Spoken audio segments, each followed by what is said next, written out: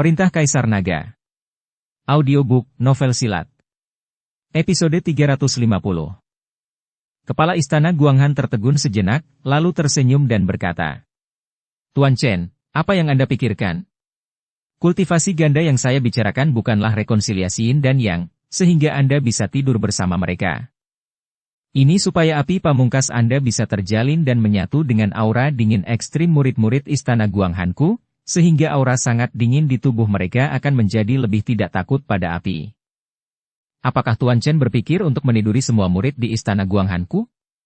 Tuan Chen, ada begitu banyak wanita, apakah Anda tidak puas? Wajah kepala Istana Guanghan penuh dengan geli, dan Dev terlihat malu dan malu. Aku salah paham, aku salah paham. Dev menjelaskan dengan tergesa-gesa. Melihat ekspresi malu Dev, kepala Istana Guanghan terkekeh. Tuan Chen, saya bercanda dengan Anda. Jika Anda menyukai salah satu murid di Istana Guanghan saya, katakan saja sesuatu dan saya akan memintanya untuk menemani Anda di malam hari. Tetapi kamu baru saja melalui perjuangan yang berat, dan semua aura di tubuhmu belum pulih. Kamu perlu pulih selama beberapa hari sebelum memulai perjalanan ke wilayah kutub yang akan memakan waktu 3 hari. Tidak, aku hanya perlu istirahat yang cukup. Dev buru-buru melambaikan tangannya. Dia baru saja menjauh dari wanita untuk beristirahat, dan dia tidak ingin menderita lagi. Beberapa waktu lalu, untuk melindungi dirinya sendiri, Dev terus-menerus dikerjai oleh Scarlet dan tidak bisa istirahat setiap malam. Sekarang dia akhirnya bisa istirahat, mengapa dia ingin tidur dengan seorang wanita? Penguasa Istana Guanghan mengirim seseorang untuk menyiapkan kamar kecil untuk Dev. Saat Dev berjalan kembali, kepala Istana Guanghan berjalan melewati aula utama dan kemudian sampai ke belakang Istana Guanghan. Ada sebuah kuil kecil di sini dengan lampu berkelap-kelip di dalamnya. Setelah masuk, 2 murid Istana Guanghan berdiri di kedua sisi, dan ketika mereka melihat Tuan Istana datang, mereka segera memberi hormat. Pemilik istana melambaikan tangannya dan membiarkan mereka berdua keluar, lalu pemilik istana melambaikan tangannya dan tembok di depannya perlahan menghilang. Lalu terlihat sebuah meja dengan banyak tablet spiritual diletakkan di atasnya. Di depan lengkungan ini, ada batu ajaib satu demi satu. Lengkungan peringatan ini milik mantan penguasa istana dan tetua Istana Guanghan. Sebagai orang suci Istana Guanghan, dia adalah kandidat untuk mengambil alih sebagai penguasa Istana Guanghan berikutnya. Tanpa diduga, Istana Guanghan dibantai, hampir seluruhnya dibantai. Nenek moyang senior, jika Anda masih memiliki jiwa yang hidup, saya harap Anda dapat menemukan tempat ini dan kita dapat membangun kembali Istana Guanghan bersama-sama. Ada batu iblis surgawi di sini. Selama jiwa Anda kembali ke tempat ini, Anda dapat menggunakan batu iblis surgawi untuk membentuk kembali tubuhmu dan terlahir kembali. Kepala Istana Guanghan beribadah dengan taat di depan tablet spiritual ini. Dia tahu bahwa jika jiwanya dapat melarikan diri, maka jiwa orang lain juga dapat melarikan diri. Selama ada sisa jiwa yang tertinggal, dia dapat membentuk kembali tubuhnya dan terlahir kembali secara langsung. Iblis darah meninggalkan batu iblis surgawi ini di Istana Guanghan dengan harapan mereka yang dibantai di Istana Guanghan dapat terlahir kembali. Dalam pembantaian di masa lalu, tidak ada seorang pun yang benar atau salah, ini lebih seperti sebuah konspirasi. Dan orang-orang di alam surga dan manusia ini sepertinya semuanya bidak catur, mungkin seluruh alam surga dan manusia hanyalah bidak catur. Kepala Istana Guanghan berdiri kosong di depan tablet spiritual, dengan kebingungan di matanya. Saat ini, dia mungkin sangat berharap salah satu jiwa leluhurnya akan kembali, sehingga dia bisa merasa lebih rileks. Sangat berat baginya untuk membangun kembali Istana Guanghan sendirian. Malam itu, kepala Istana Guanghan tetap berada di depan tahta spiritual sepanjang malam. Keluargamu, ribuan mil jauhnya, juga menerima kabar bahwa Kelsie telah terbunuh.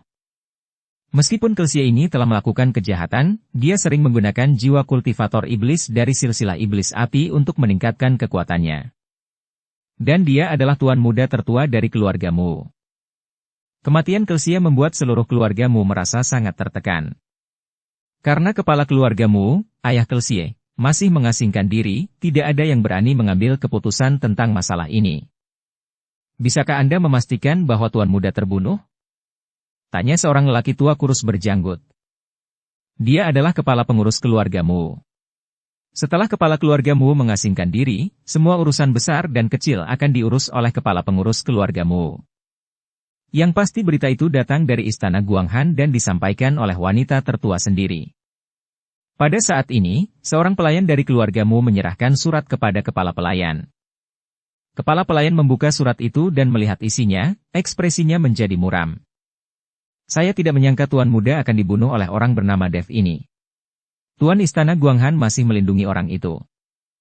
Segera kirimkan perintah. Semua orang di keluargamu tidak diperbolehkan bekerja sama dengan Guanghan Istana.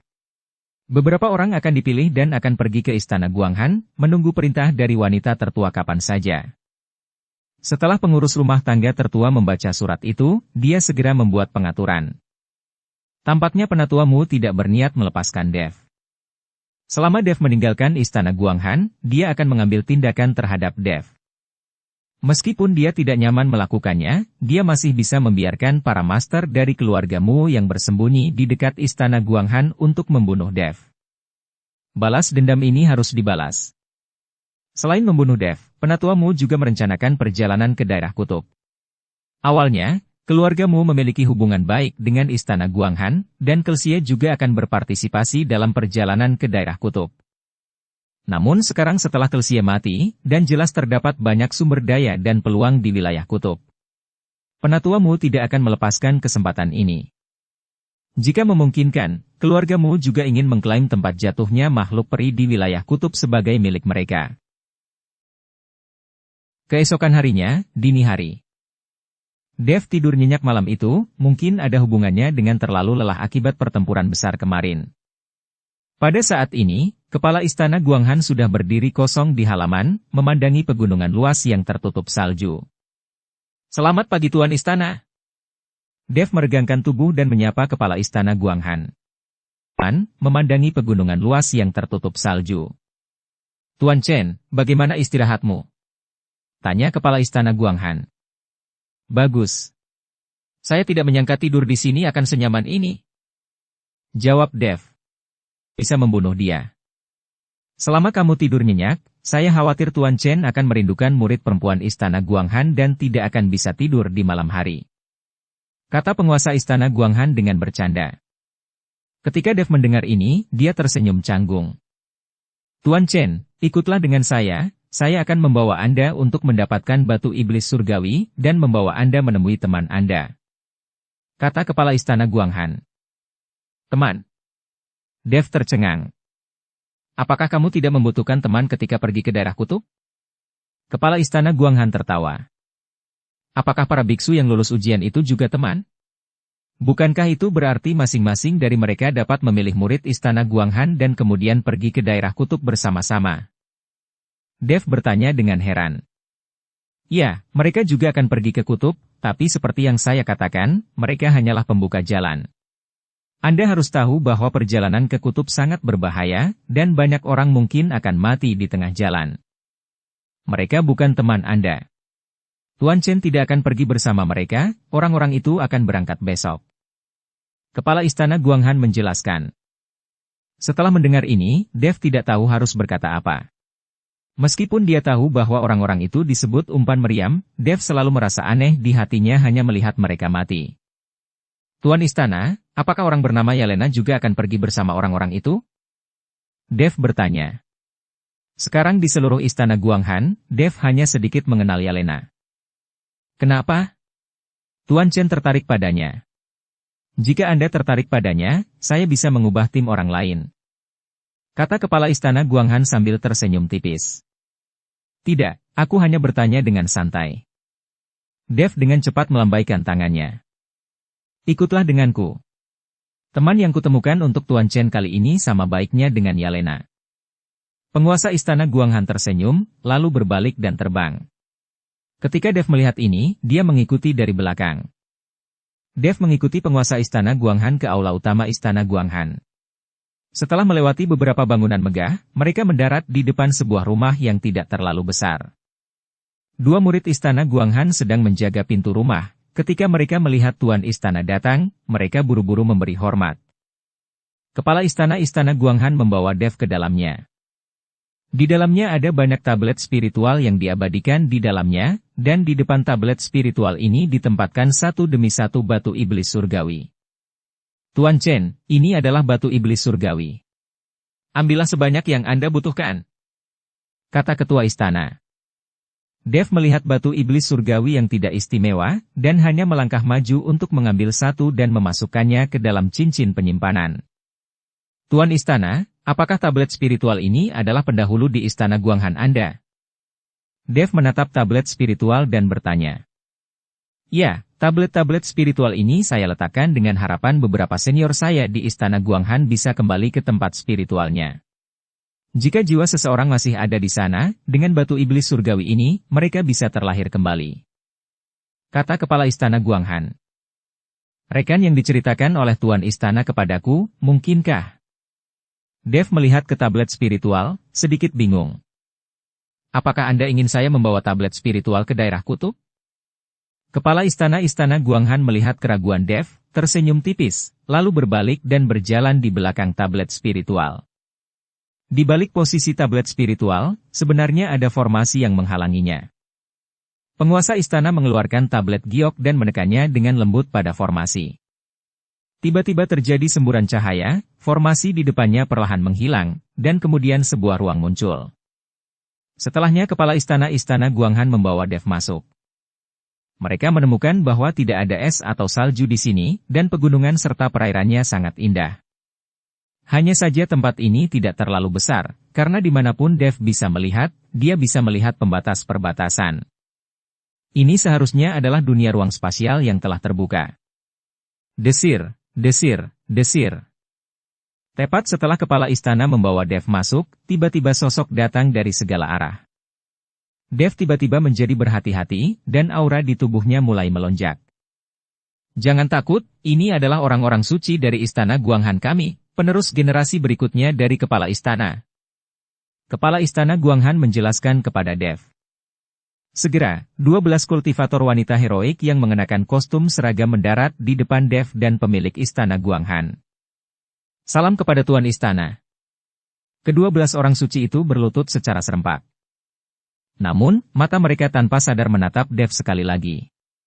Karena sejak mereka terpilih sebagai orang suci, mereka tidak pernah melihat manusia lainnya lagi. Tuan istana tidak pernah membawa seorang pun ke sini, dan bahkan murid istana Guanghan lainnya pun belum pernah ke sini. Dev melirik orang-orang suci ini, mereka semua berada di alam kesengsaraan transendensi tingkat 6. Bagi istana Guanghan, yang baru saja ditata ulang, kekuatan ini tidaklah lemah. Anda harus tahu bahwa 3 penguasa dan 4 raja dari klan binatang tidak hanya berada di alam kesengsaraan transendensi tingkat ke-7. Meskipun ke-12 orang suci ini hanya berada di alam kesengsaraan transendensi tingkat 6, aura yang memancar dari masing-masing orang suci ini dapat dipadatkan untuk membentuk momentum yang kuat. Meski hanya ada 12 orang, momentumnya seperti 1000 pasukan. Tentu saja, untuk terpilih menjadi orang suci, pasti ada yang istimewa dari para kultivator wanita ini. Tuan istana, apakah teman yang kamu bicarakan sebelumnya adalah orang suci? Dev bertanya. Ya, itu mereka. Saya ingin mereka menerobos wilayah kutub dan meningkatkan kekuatan mereka sesegera mungkin. Kepala istana sendiri juga tahu bahwa kekuatan istana Guanghan secara keseluruhan masih terlalu rendah. Selain dirinya sendiri dan 12 orang suci, ada juga penatua Mu, yang pada dasarnya berada di puncak alam kesengsaraan transendensi. Dibandingkan dengan kekuatan istana Guanghan sebelumnya, ini benar-benar berbeda. Anda harus tahu bahwa di istana Guanghan sebelumnya, hanya mereka yang mencapai alam Mahayana yang berhak dipilih menjadi orang suci.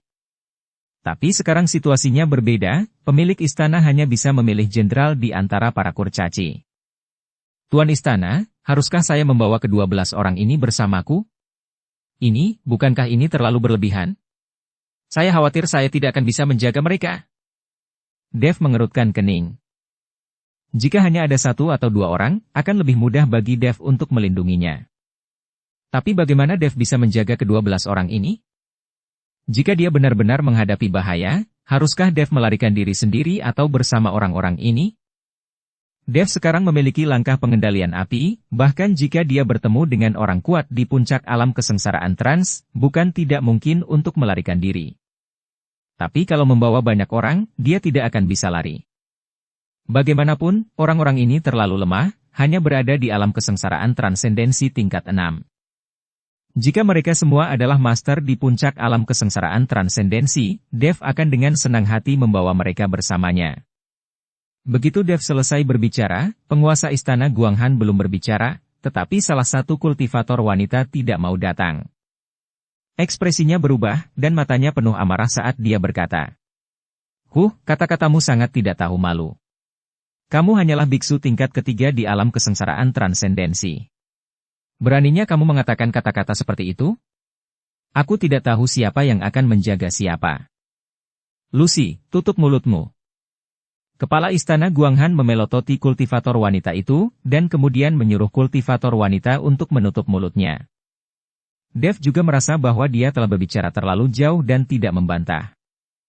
Tuan Chen, bawa saja mereka ke sana. Anda tidak perlu menjaga mereka. Jika Anda menghadapi bahaya, Anda bisa pergi tanpa mengkhawatirkan hidup atau mati mereka.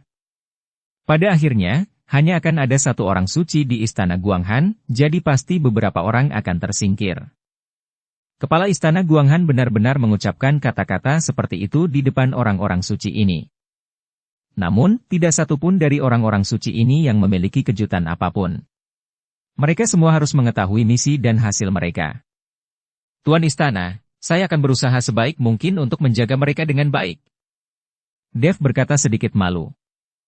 Lucy, kalian 12 orang suci harus mematuhi pengaturan Tuan Chen untuk perjalanan ke Kutub Lusa. Bila perlu, kalian harus melindungi keselamatan Tuan Chen bahkan jika kalian mengorbankan diri kalian sendiri. Perjalanan kutub ini terkait dengan takdir masa depan dan perkembangan istana Guanghan kita, dan juga terkait dengan takdir Anda sendiri. Perjalanan ke kutub ini akan memiliki peningkatan kekuatan tercepat dan kontribusi terbesar, dan dapat menjadi satu-satunya orang suci di istana Guanghan. Orang suci lainnya akan diturunkan menjadi murid batiniah biasa. Kepala istana Guanghan berkata pada orang-orang suci itu. Tuan istana, kami masih harus melindungi keselamatannya. Lucy sedikit mengernyit dan berkata. Kata-kata Dev barusan membuat Lucy merasa jijik dan tidak bahagia untuk waktu yang lama. Bukankah bercanda meminta mereka mengorbankan diri untuk melindungi nyawa Dev? Terlebih lagi, Dev, biksu yang berada di tingkat ketiga alam kesengsaraan transendensi, dapat dianggap sebagai biksu kecil dimanapun di Gunung Iblis Surgawi. Saya khawatir monster dalam perjalanan ke wilayah kutub dapat menggigitnya sampai mati. Membiarkan mereka melindungi Dev dengan seluruh kekuatan mereka, biksu kecil ini hanya menambah beban. Apakah Anda keberatan? Kepala istana Guanghan mengerutkan kening, dan hawa dingin langsung menjalar ke seluruh tubuhnya. Murid tidak berani. Lucy menundukkan kepalanya. Tetapi dapat dilihat bahwa orang-orang suci ini memiliki ketidakpuasan di mata mereka.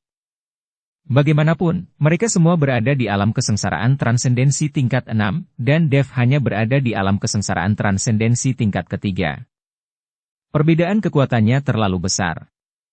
Bahkan jika mereka membiarkan Dev memimpin mereka, mereka sebenarnya harus bertarung sampai mati untuk melindungi keselamatan Dev. Ini agak memalukan. Kepala istana Guanghan juga melihat bahwa orang-orang suci ini tidak diyakinkan oleh Dev. Dalam pandangan mereka, Dev hanyalah seorang biksu muda biasa di alam kesengsaraan transendensi tingkat ketiga. Jangan meremehkan kekuatan Tuan Chen. Meskipun dia tampaknya hanya alam kesengsaraan trans tingkat ketiga, bahkan jika kalian 12 orang suci bersatu, kalian bukanlah tandingannya. Siapakah di antara kalian yang yakin bahwa kalian dapat bertahan hidup di bawah serangan penatuamu? Kepala istana Guanghan bertanya dengan tegas. Kepala istana, penatuamu itu adalah master di puncak alam kesengsaraan transendensi, dan dia juga mahir dalam teknik berbasis es. Jangankan hanya satu dari kami, bahkan kelompok dari kami, aku tidak bisa menahan teknik pembekuan penatuamu.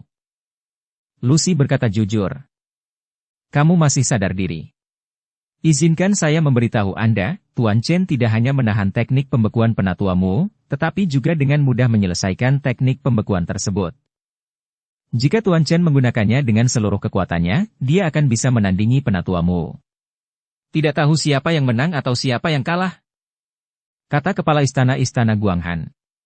An hidup di bawah serangan penatuamu? Ketika orang-orang suci ini mendengar ini, mereka semua memandang Dev dengan heran, dengan wajah tidak percaya. Bukankah agak keterlaluan bahwa seorang biksu tingkat ketiga di alam kesengsaraan transendensi dapat bertarung dengan seorang biksu besar di puncak alam kesengsaraan transendensi tanpa mengetahui apakah dia menang atau kalah? Dev tersipu malu saat ini. Penguasa istana Guanghan terlalu pandai membual. Dia sangat membanggakan dirinya. Jika dia benar-benar bertemu dengan seorang master di puncak alam kesengsaraan transendensi di wilayah kutub, bukankah dia akan kalah? Kepala istana telah menyanjungku secara berlebihan, dan aku tidak dapat menahan bahkan 2 serangan penatuamu. Dev dengan cepat mengoreksi. Dev tahu bahwa jika penguasa istana tidak muncul tepat waktu pada akhirnya, dia mungkin telah dibunuh oleh penatuamu. Kekuatan Dev sendiri, ditambah dengan busur Raja Dewa, lonceng pola naga, dan binatang penelan langit yang sangat tidak stabil, mungkin mampu bersaing dengan 1 atau 2 gerakan di puncak alam kesengsaraan transendensi.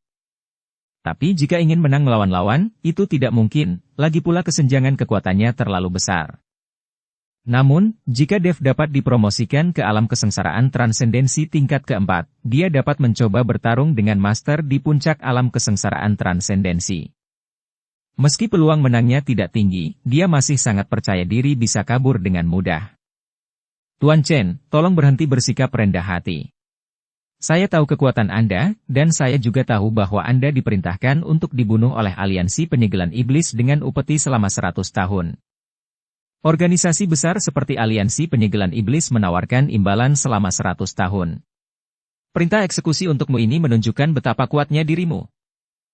Kata kepala istana Guanghan. An hidup di bawah serangan penatuamu? Dia berani menunjukkan identitas asli Dev di depan begitu banyak orang suci, dan juga berbicara tentang imbalan selama 100 tahun dari aliansi penyegelan iblis. Dapat dilihat bahwa orang-orang suci ini pastilah orang-orang yang setia dan tidak akan melakukan apapun yang tidak diinginkan kepada Dev untuk imbalan 100 tahun dari aliansi penyegelan iblis. Ketika orang-orang suci ini mendengar kata-kata kepala istana, mereka semua memandang Dev dengan kaget. Rupanya mereka juga telah mendengar tentang aliansi penyegel iblis, tetapi mereka tidak menyangka bahwa protagonis itu ada di depan mereka. Untuk menghindari pengejaran, saya telah mengubah penampilan saya. Tolong jaga rahasia saya, jika tidak, maka akan menimbulkan masalah yang tidak perlu di sepanjang jalan. Dev buru-buru berkata kepada orang-orang suci itu. Para orang suci tidak berbicara, tetapi kepala istana Guanghan berkata dengan suara dingin. Apakah kalian semua bisu? Apakah kalian tidak mendengar kata-kata Tuan Chen? Kata-katanya adalah perintah.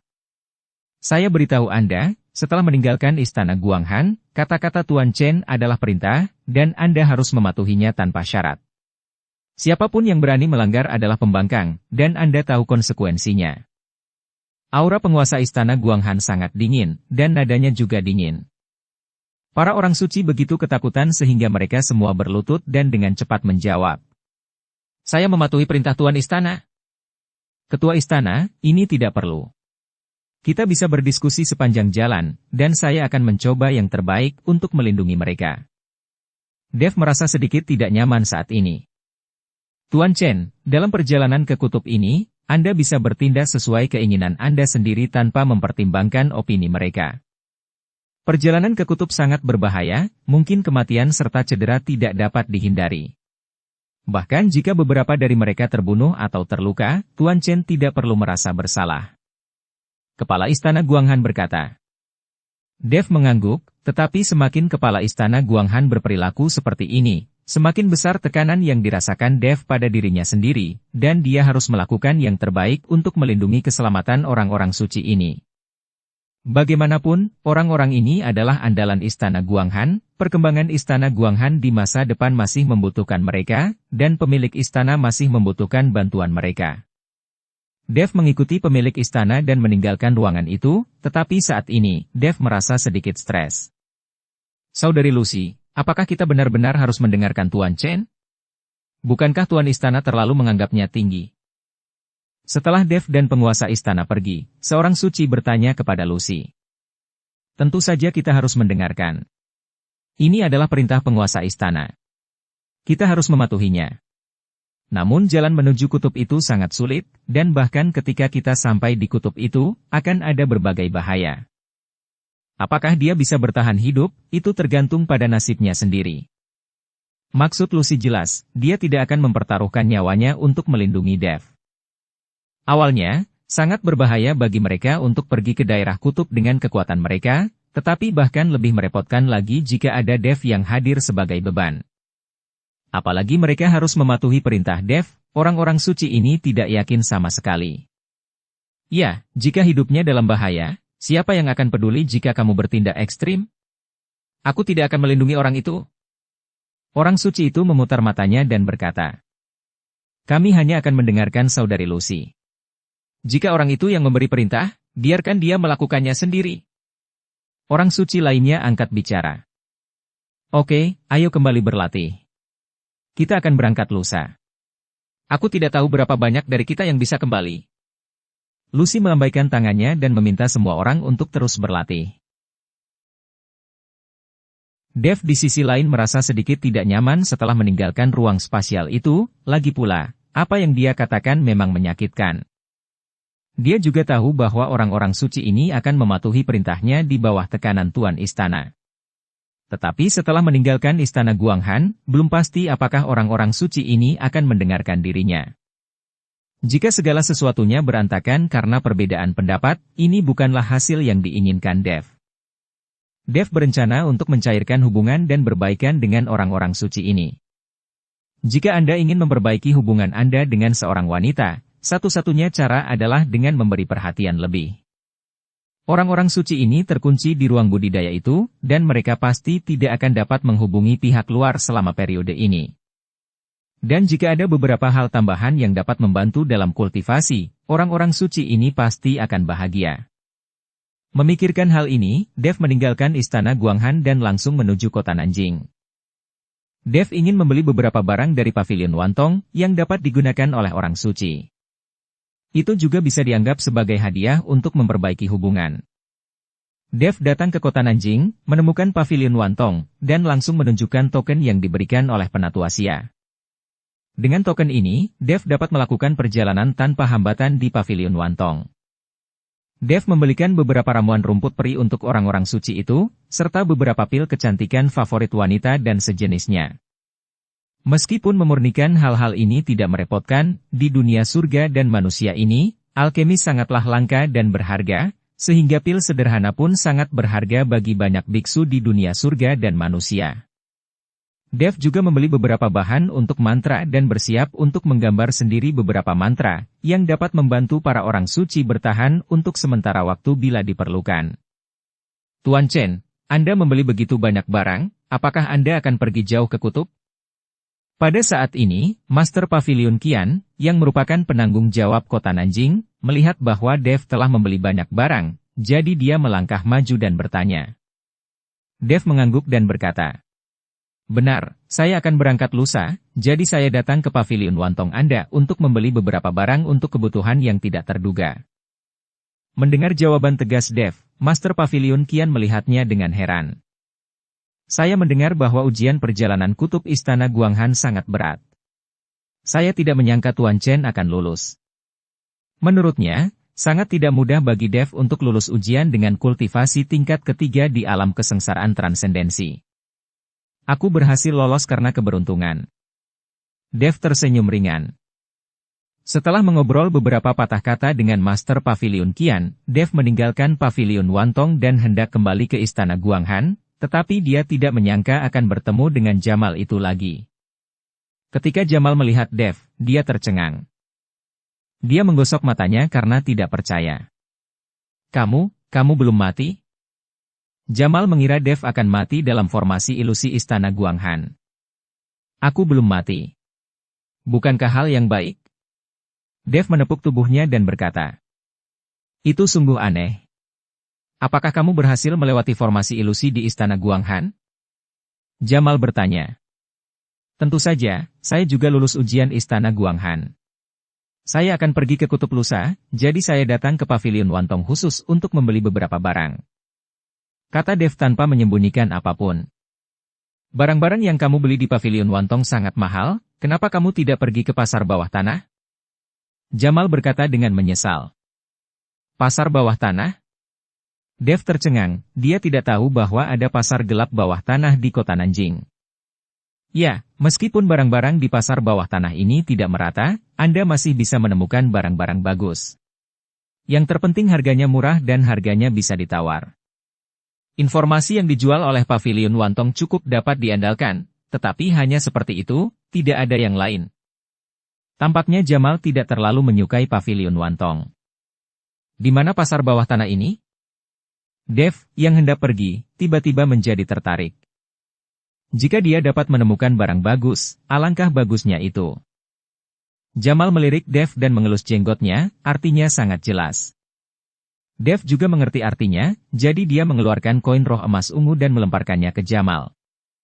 Mata Jamal tiba-tiba berbinar, dan dia segera menyimpan koin roh emas ungu itu dan berkata, kita semua adalah teman lama, mengapa kamu begitu sopan? Saya akan mengantarmu ke sana, saya yang paling akrab di sana, dan ada kenalan. Jika Anda tidak memiliki kenalan, maka Anda tidak bisa masuk.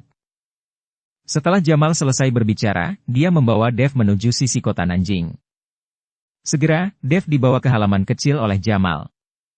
Tetapi di halaman sekecil itu, sebenarnya ada 3 biksu dari alam kesengsaraan transendensi tingkat kelima di dalamnya, dan tampaknya ketiga biksu ini hanyalah penjaga. Jamal, apakah kamu di sini untuk menipu lagi? Seorang penjaga berkata dengan bercanda setelah melihat Jamal. Jamal tidak marah, justru dia tersenyum dan berkata, saya membawa tamu ke sini hari ini, dia adalah pelanggan besar. Kalian semua memiliki mata yang cerah. Jika kalian menyinggung pelanggan besar, kalian tidak akan merasa baik. Ketiga penjaga itu memandang Dev. Dia berada di alam kesengsaraan transendensi tingkat ketiga, dan dia terlihat biasa saja. Dia tidak terlihat seperti orang kaya, jadi mereka tidak mempercayainya. Tapi saat ketiga penjaga meragukan Dev, Dev langsung membuang 3 koin roh emas ungu. Ini hadiah untuk kalian. Dev berkata dengan tenang. Ketiga penjaga itu tercengang ketika mereka melihat koin roh emas ungu di tangan mereka. Kalian pasti tahu kalau koin roh emas ungu ini setara dengan 1 juta koin roh biasa. Ketiga penjaga itu tercengang. Siapa yang memberi hadiah begitu banyak? Orang ini pasti pelanggan besar. Tuan, silakan masuk, maaf, kami buta. Ketiga penjaga itu langsung bersikap sopan kepada Dev. Jamal juga berkata dengan arogan, sudah kubilang ini pelanggan besar, tapi kamu masih tidak percaya. Jamal membuka pintu dan masuk. Dev juga mengikutinya dan menemukan bahwa itu adalah ruangan biasa dengan area kecil, dengan beberapa pasar perdagangan bawah tanah di sana. Melihat keraguan Dev, Jamal dengan ringan menginjak tanah sebanyak 3 kali, dan segera seberkas cahaya menyelimuti Dev dan Jamal. Kemudian terjadi ledakan cemerlang, dan Dev serta Jamal datang ke dimensi lain. Ada banyak biksu yang lewat di sini, dan sangat ramai. Dan ini seperti pasar, dengan berbagai kios di kedua sisinya. Pavilion Wantong memeriksa dengan ketat seluruh kota Nanjing dan tidak boleh ada pasar swasta. Oleh karena itu, pasar gelap bawah tanah ini hanya boleh berada di ruang spasial yang dibuka ini. Kita harus selalu waspada terhadap Pavilion Wantong. Jamal berkata tanpa daya. Dev memandangi pasar gelap bawah tanah yang ramai dan tidak bisa tidak mengagumi orang-orang di balik pasar yang benar-benar menciptakan ruang spasial untuk menyelenggarakan pasar. Dev mengikuti Jamal berkeliling pasar. Meskipun ada banyak barang di kios, sebenarnya tidak ada yang bagus. Namun setelah mereka mengambil beberapa langkah, mereka menemukan sebuah kios di depan mereka penuh dengan orang. Ayo pergi, pasti ada harta karun di depan, ayo kita lihat. Sekilas Jamal dapat mengetahui bahwa ada harta karun di kios depan, jika tidak akan banyak orang yang menonton. Begitu Dev dan yang lainnya mendekat, mereka mendengar semua orang berbicara. Apakah cangkang kura-kura hitam ini asli? Orang ini bilang itu bisa menahan serangan orang kuat. Dia hanya bercanda. Seharusnya itu benar, dan jika dia bisa menjual selusin cangkang kura-kura hitam sekaligus, dia akan mendapat banyak uang. Meskipun cangkang kura-kura hitam ini asli, namun harus disempurnakan dengan jimat. Tidak ada gunanya bagi kami para biksu biasa. Siapa di antara kalian yang bisa menggambar jimat? Setengah juta koin roh tidaklah mahal, tetapi akan sulit menemukan ahli jimat tingkat tinggi untuk menggambar jimat tersebut. Dibutuhkan beberapa juta koin roh untuk menyempurnakannya. Dev tiba-tiba menjadi tertarik setelah mendengarkan diskusi para biksu ini, dan buru-buru masuk.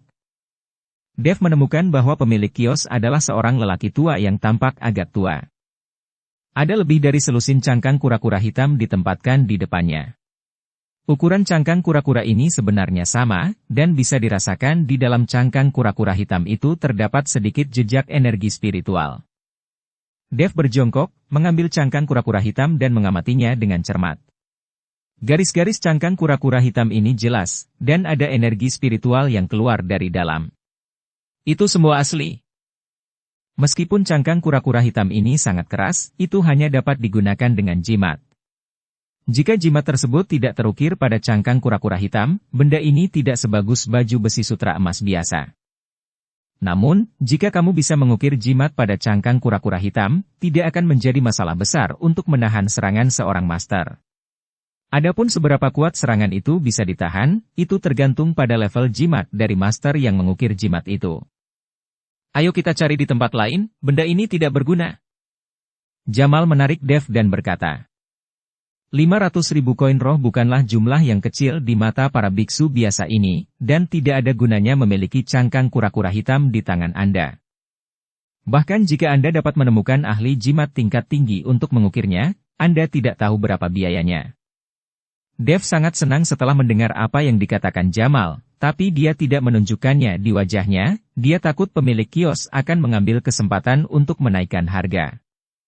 Jika saya menginginkan semuanya, apakah cangkang kura-kura hitam ini bisa lebih murah? Dev bertanya pada pemilik kios. Kamu ingin semuanya? Pemilik kios memandang Dev dengan heran. Iya, aku mau semuanya, tapi harganya harus cincailah. Dev mengutak-atik cangkang kura-kura hitam itu dengan santai, tidak menunjukkan minat. Pemilik kios memandang Dev, lalu melihat cangkang kura-kura hitam miliknya, dan berkata, ini adalah 13 cangkang kura-kura hitam. Beri saja saya 5 juta koin roh. Sepakat. Dev langsung setuju, dia mengeluarkan 5 koin roh emas ungu dan melemparkannya ke pemilik kios, lalu melemparkan 13 cangkang kura-kura hitam ke dalam cincin penyimpanan. Setelah transaksi selesai, Dev bangkit dan pergi tanpa berhenti sama sekali. Melihat Dev begitu bahagia, pemilik kios menunjukkan sedikit penyesalan di matanya. Jika dia tahu lebih baik, dia akan menaikkan harga lebih tinggi. Biksu lainnya terkejut saat melihat Dev memborong cangkang kura-kura hitam dengan begitu gembira. Terutama Jamal, yang buru-buru menyusul Dev dan berkata, rekan Taois, izinkan saya memberitahu Anda, meskipun Anda punya uang, Anda tidak bisa membelanjakannya seperti ini.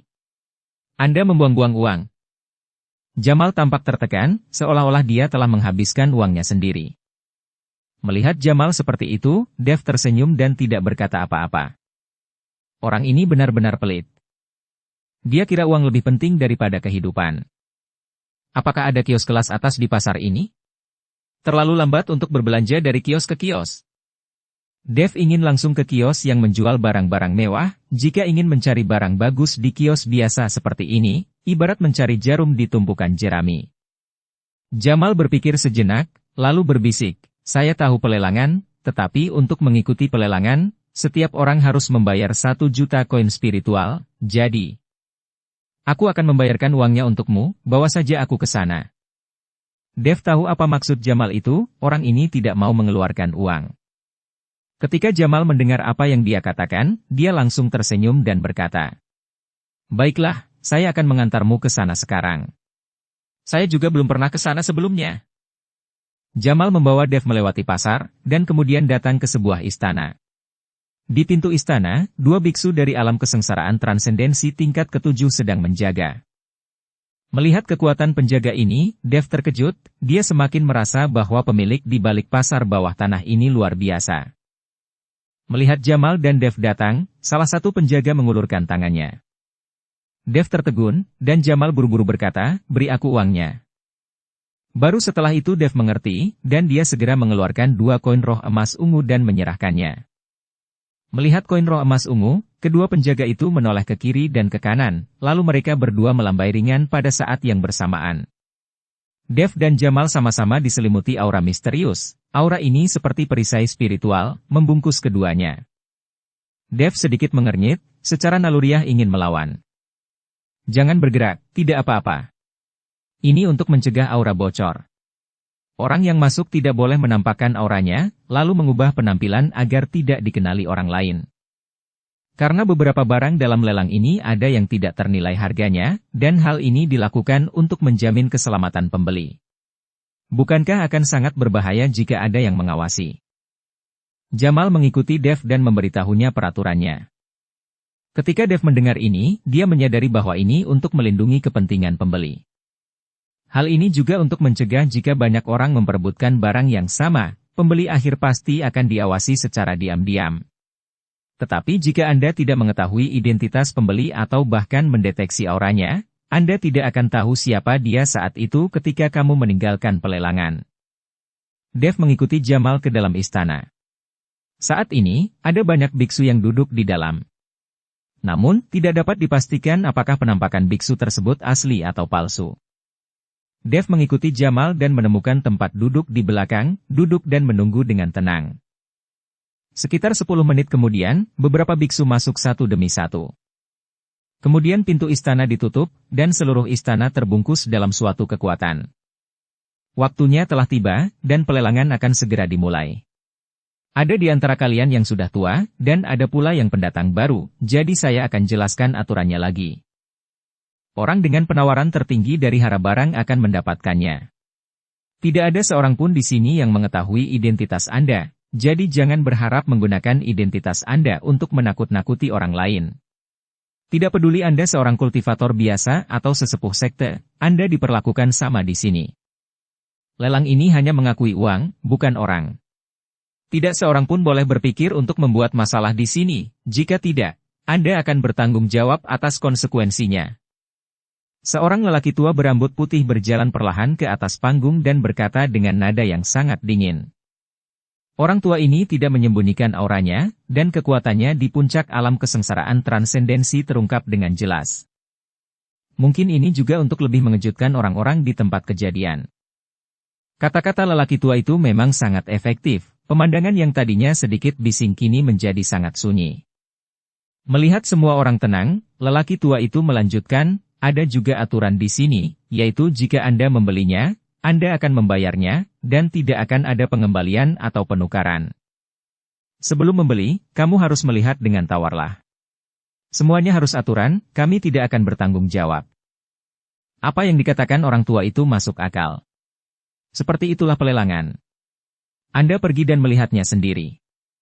Jika menurut Anda layak, tawarlah. Jika tidak layak, jangan menawar. Tidak ada yang akan membayar untuk pilihan Anda. Saat ini pengalaman setiap orang akan diuji, jika benar-benar membeli yang palsu, Anda akan ditertawakan sampai mati, seperti kehilangan istri, dan kehilangan pasukan. Tetua Yang, kita semua tahu aturannya, sebaiknya kamu cepat, kita semua sedang terburu-buru. Saat ini, seorang biksu berkata kepada orang tua itu. Jelas sekali bahwa biksu ini adalah pelanggan tetap dan pasti sangat mengenalnya, jika tidak, dia tidak akan mengatakan hal seperti itu. Oke, kalau begitu aku akan menunjukkan kepadamu harta karun pertama. Setelah tetua yang selesai berbicara, dia melambai. Seorang anggota staf datang membawa barang yang ditutupi kain merah. Ketika kain merah itu diangkat, semua orang melihat sebuah patung, tetapi patung itu terlihat sangat sederhana dan tua, dan sepertinya ada noda karat di atasnya. Tapi saat kain merah itu diambil, nafas perubahan kehidupan tiba-tiba memenuhi udara. Segera setelah itu, tetua yang menyuntikkan energi spiritual ke dalam patung tersebut, dan segera patung itu bersinar dengan cahaya. Cahayanya seperti cahaya Buddha, yang membuat orang merasa sangat nyaman. Melihat pemandangan ini, banyak biksu menjadi gelisah. Bahkan mata Jamal menyala dan pantatnya meninggalkan tempat duduknya. Bukankah itu patung dewa dan Buddha? Ini favoritku. Aku punya banyak dewa dan Buddha yang diabadikan di rumahku. Nafas Jamal menjadi cepat dan dia berkata dengan semangat. Dev tidak berbicara, tetapi memperhatikan dengan tenang. Semuanya, patung ini ditemukan di sebuah gua di Gunung Iblis Surgawi. Anda juga harus tahu bahwa Gunung Iblis Surgawi pernah menjadi medan perang antara dewa dan iblis. Kekuatan besar yang tak terhitung jumlahnya jatuh di Gunung Iblis Surgawi, jadi sangat sulit untuk menemukan beberapa harta karun dengan cara biasa. Meskipun patung ini agak rusak dan tua sekarang, masih ada pesona yang mengalir di atasnya.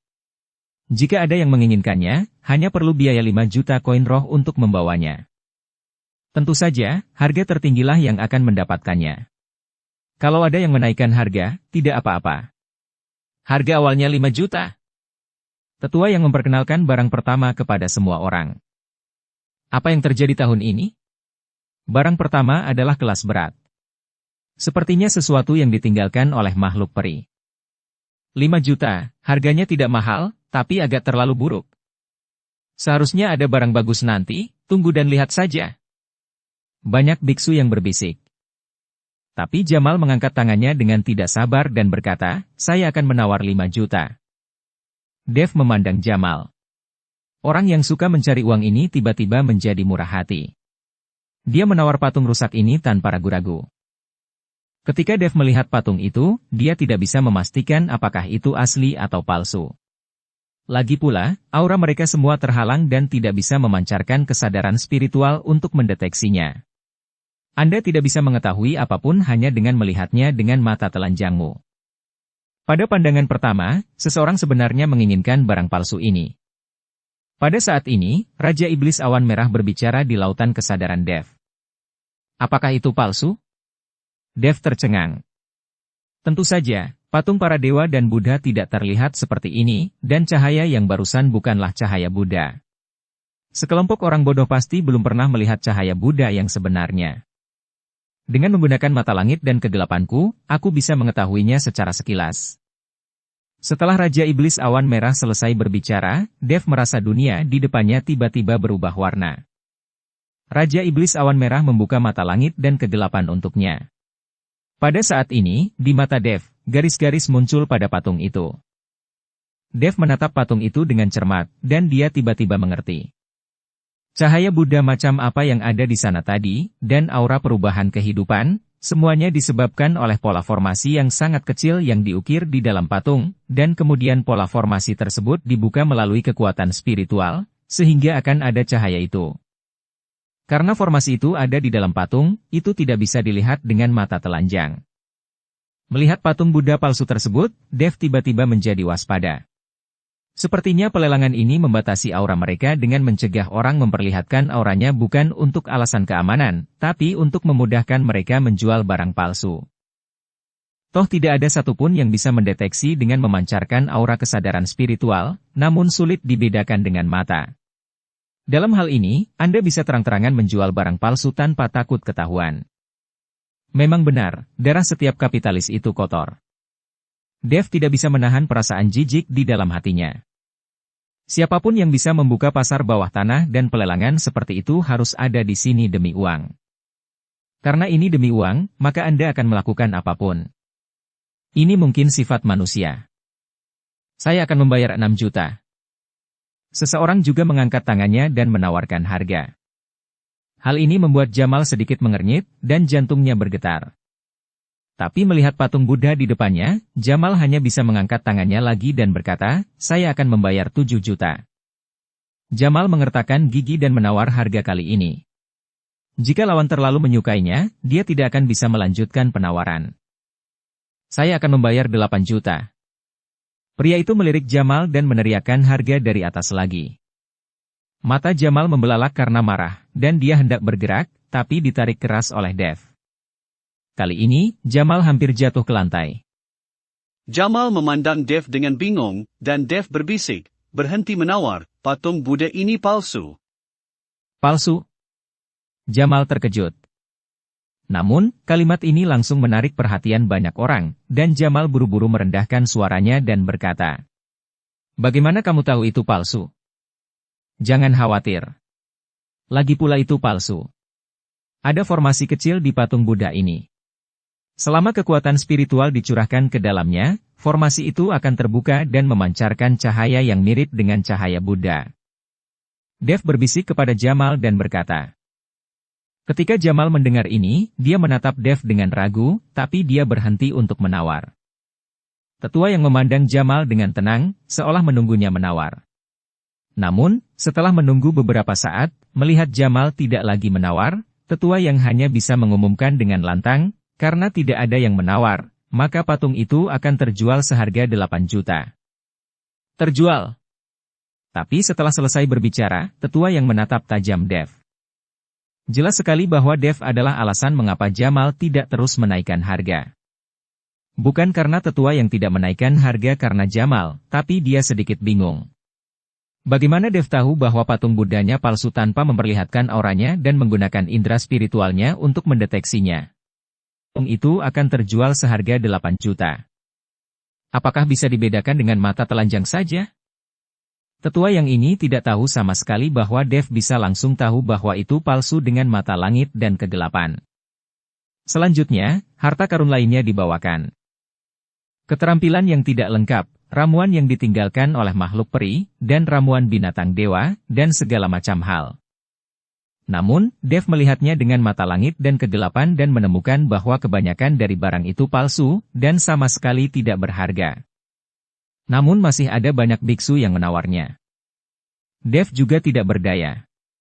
Sekarang aura mereka di penjara, terus terang, bahkan jika mereka membuka mata dan buta, mereka tidak dapat membedakan yang palsu. Tidak ada cara untuk membedakannya. Disebut juga karena alasan keamanan, namun tampaknya lelang ini adalah penipuan. Hati Dev menjadi dingin. Jika dia mengetahui hal ini, dia tidak akan datang. Itu hanya membuang-buang 2 juta koin roh. Dev bangun dan berencana pergi, hanya membuang-buang waktu saja di sini. Semuanya, benda berikutnya ini adalah harta karun langka. Saya yakin belum ada yang pernah melihatnya. Kata-kata tetua yang selanjutnya membuat Dev, yang hendak pergi, berhenti lagi. Dev duduk kembali di kursinya dan ingin melihat apa itu, tapi tidak ada apa-apa. Dia melihat seorang anggota staf berjalan dengan sebuah kotak kayu di kedua tangannya. Kotak kayu itu ditutupi dengan amplop merah. Setelah ditempatkan dengan hati-hati, stafnya mundur.